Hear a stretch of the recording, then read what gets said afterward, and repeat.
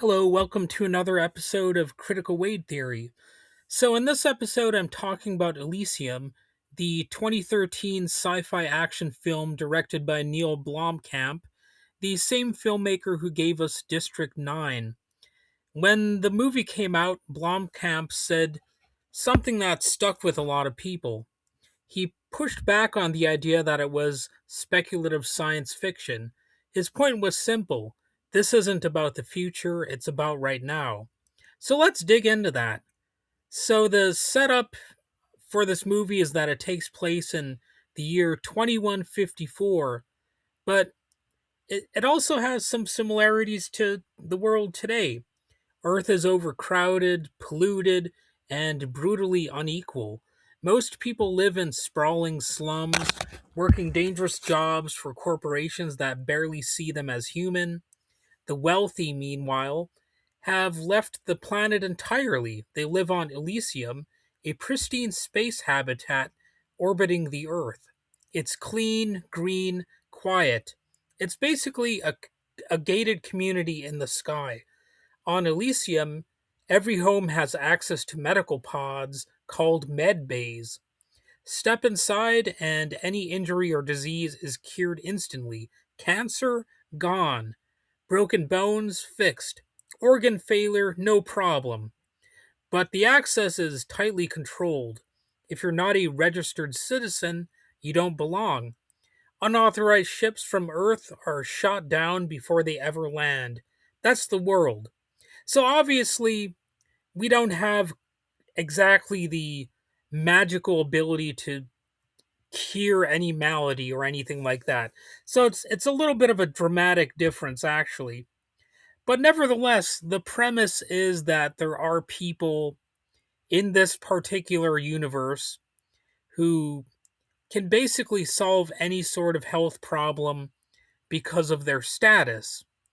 And it's a creation of fantasy, but nevertheless, it's sort of like the ideal world that most people would want.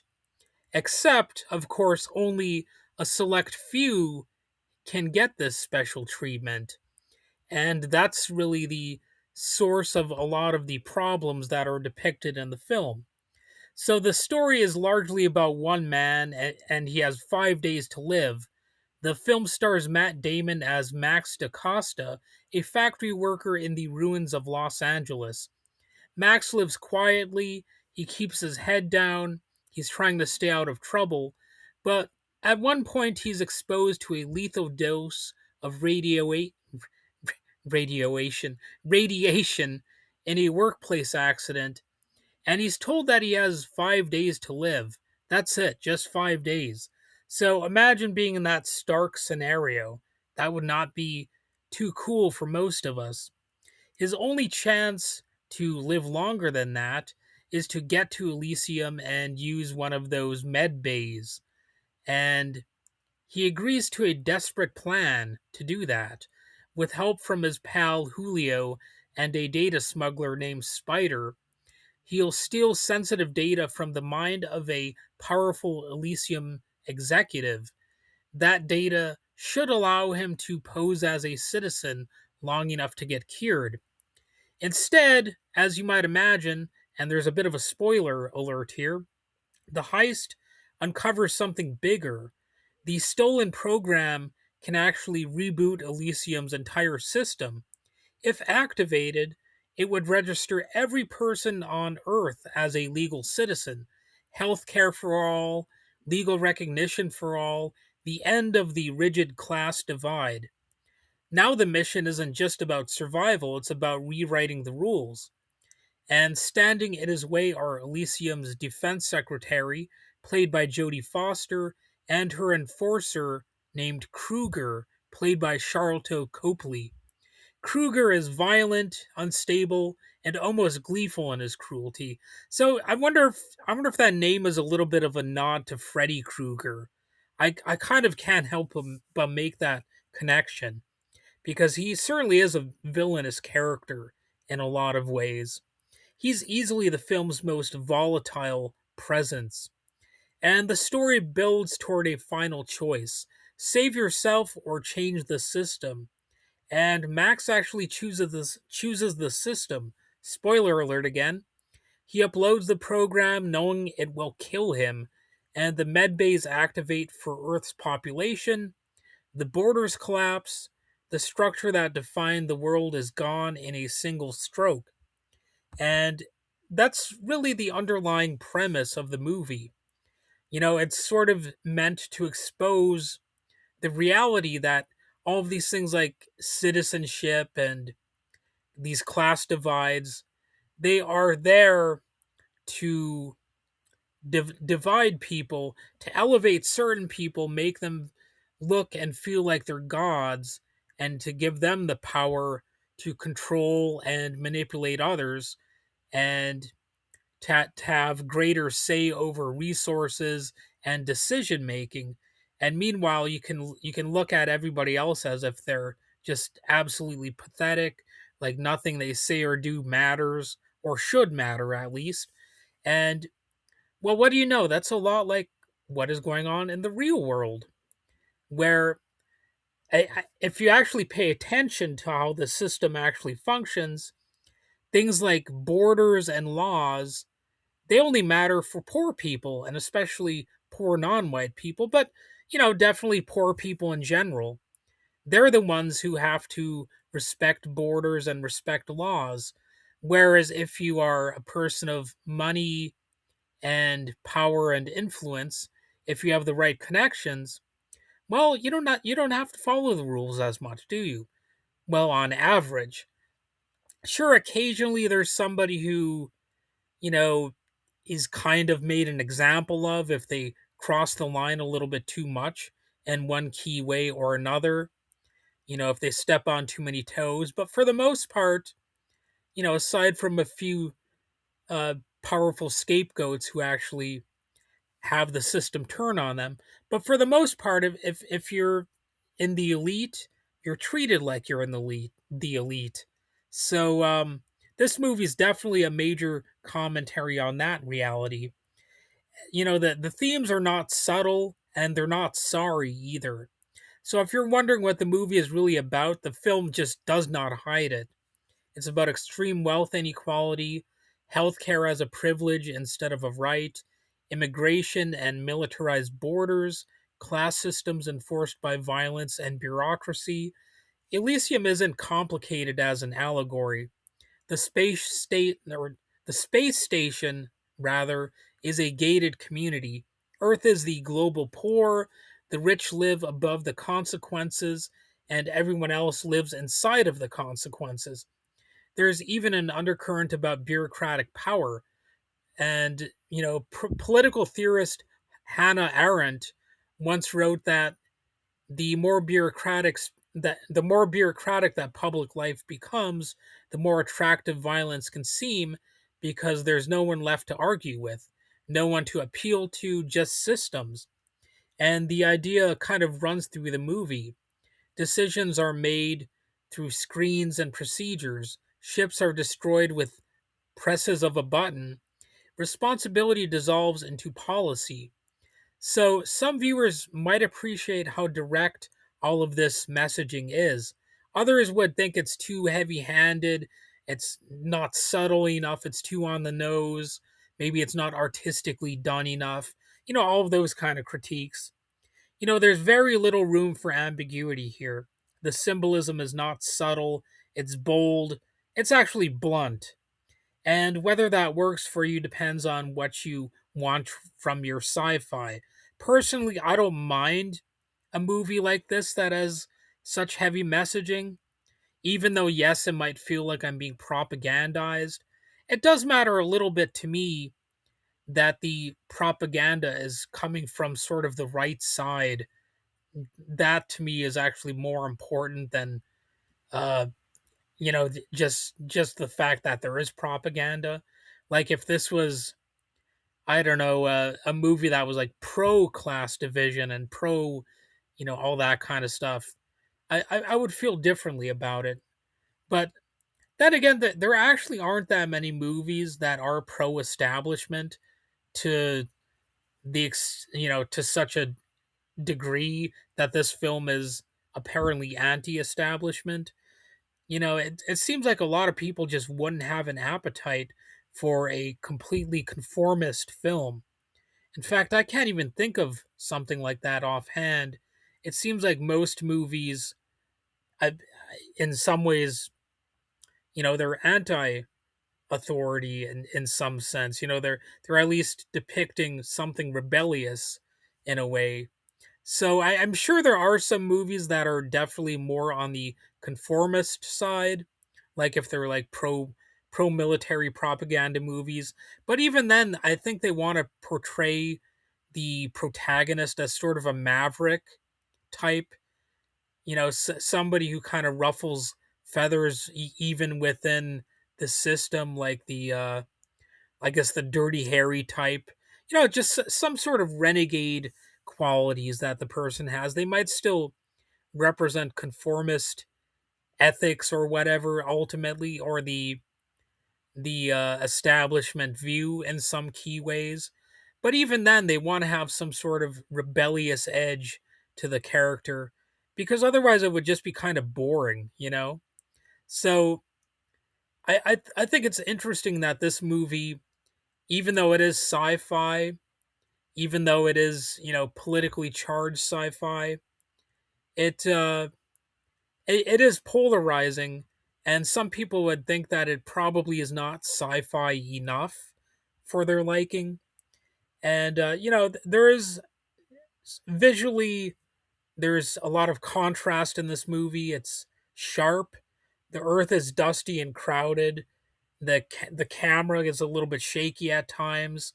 The air looks thick. Everything feels overheated and tense. And in contrast to that, Elysium is clean, bright, symmetrical. When the camera's there, it tends to move more smoothly. The lawns are perfect or whatever. It feels eerily calm, like nothing bad ever happened there. The action is gritty and physical. So this is where it gets more like the sci-fi stuff, because you have exoskeleton suits, police robots, and of course some fights that go on too. And when violence happens, it feels heavy. There's weight to it. It feels like the fighting is real in this movie in a way. And when it comes to that Kruger character, Copley plays him as unpredictable and quite unhinged, the kind of villain who seems to really enjoy chaos more than ideology. And for many viewers, he's the most memorable part of the film. So when it comes to the performances, obviously he's really one of the ones that people are going to remember. But I would also say that Matt Damon gives a committed and physical performance. He might actually be sort of the underrated actor in this movie, even though he plays the main character. He's a straightforward character, which I can appreciate. I know some people wouldn't like that. They would want him to be a little bit more complicated, a little bit more this way or that. But I kind of like that he's not complicated, and it's kind of good because it's more easy to sense the desperation of the character, and I would say that Matt Damon really sells the desperation, and it's not such an over the top performance. It's more like he's kind of a jaded character, so it might have been a challenge to actually play this guy, because on the one hand he is in a desperate situation and he does have emotions related to that, but you also get the sense that he's jaded and beaten down, and he's almost just going through the motions, but he has sort of a new aim, a new goal, when it comes to this mission. And I think that makes it a bit of a challenge to pinpoint like how you would even tackle this sort of character if you were to play this guy. So I can actually kind of appreciate that challenge. I bet a lot of people won't even think about this character in that way, but it is a little bit more of a complex character than you might actually think from the start, because you have that blend of being jaded but also having a renewed will to survive and to fight and go on a mission. So I don't know how I would. Boy, I'm like stumbling to talk here. I don't know how I would actually convey that if I was a an actor in a movie like this. It'd be a tricky thing. So I give a few points to Matt Damon because I think he does a pretty good job. And apparently, he trained heavily for the role, focusing on becoming the character rather than just looking the part. And it shows in how grounded the performance feels. I think he kind of lets the story kind of uh, tell itself rather than him telling the story by exaggerating his performance, if you know what I mean. Like he's present, like you get the sense that that he, that the character cares about the situation, but at the same time he doesn't like outshine the situation. The performance is not bigger than the film. It's not bigger than it would need to be. It's not totally over the top. And Jodie Foster's role as the cold defense secretary, it drew some mixed reactions. It's actually not the most memorable performance in the movie. Some critics took issue with the accent and felt that the character lacked depth. And I would say that, in this movie, the characters are not that deep. And I think sometimes that's okay, really, because you might be trying to explore the situation more than the individual characters. So, if you're open to that possibility, I think you'll enjoy this movie a little bit more. And Charlton Copley, on the other hand, like I said, he's widely seen as the standout here. After his breakout in District 9, he brings the same intensity here, but it's darker and more chaotic. And he's definitely the cause of most of the action in this movie, I would say. Um, well, maybe I shouldn't say it like that, but he's the one that you'll remember most when it comes to the action scenes in the movie. And, this movie received mixed reviews. Most people agreed the world building was strong, that the visuals worked, and that the action delivered, but many felt the storytelling was uneven. The social commentary, while timely, lacked subtlety for some people, and for some, it didn't reach the emotional depth of District 9. It's ambitious. It's got a bit of an angry tone to it. It's direct, and it's not always as layered as it wants to be, but that's okay. I kind of like the simple, straightforward thing, I think too many movies, I mean, I'm going to sound dumb for saying this, but I think too many movies try to have too many layers nowadays. This is going to make me sound really stupid to say that, but nevertheless, sometimes you can have just a straightforward movie that's relatively easy to follow. You don't have like a zillion different character arcs that kind of distract from the main character or whatever, the main message of the movie. And sometimes it's refreshing to just have a relatively straightforward movie with straightforward characters. So, is it worth watching? Well, if you like sci fi that blends action with political ideas, then Elysium is probably worth your time, especially if you don't mind some obvious symbolism. It's not a quiet film, it has a message, and it doesn't whisper it, it says it out loud. And the question Blomkamp raised still hangs over it. Is this really about the year 2154, or could it just be about right now, basically? When you look at conversations around healthcare, border control, climate strain, and wealth concentration, the movie doesn't feel distant at all. It feels uncomfortably familiar. And maybe that's the point. Maybe that's why, the movie didn't need extra layers and all that kind of stuff. It's sometimes kind of refreshing to just have a straightforward message movie, and I thought it was fine for that. Well, anyway, I've said enough. I don't want to repeat myself too many times here. And that's basically today's episode. If you've seen Elysium, I'd love to know where you stand on it. Was it bold and necessary or too blunt to be effective? Do you disagree with the overarching story elements, or do you think it's right where it needs to be? And of course, you could like and subscribe and all that kind of fun stuff. Leave comments, ask questions, whatever. And thanks for listening, and I'll see you next time.